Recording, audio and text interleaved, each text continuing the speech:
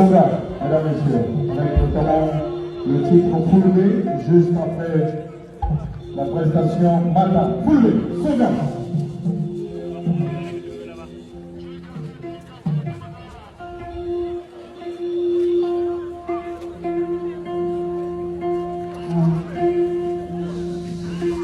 Soga.